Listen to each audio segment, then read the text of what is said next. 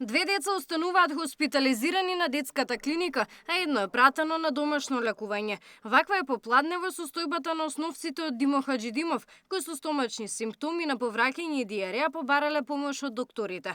На хоспитализираните деца состојбата им е стабилна. На преглед вчера и денеска дошле вкупно 10. Значи се моментално 2 деца кои се веќе на болничко лекување, едно испишавме, имавме 3.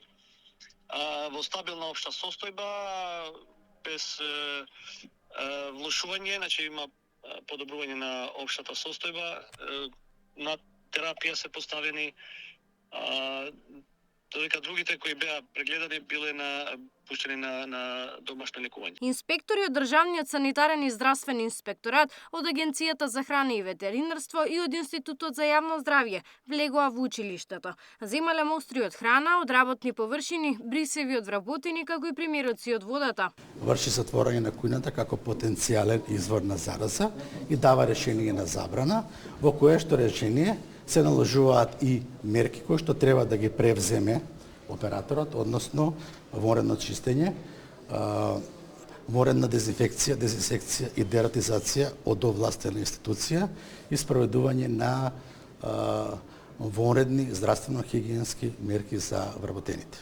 На наше инсистирање, нели, како институт и покрај тоа што не беше предвидено, ние сепак земавме и од водата.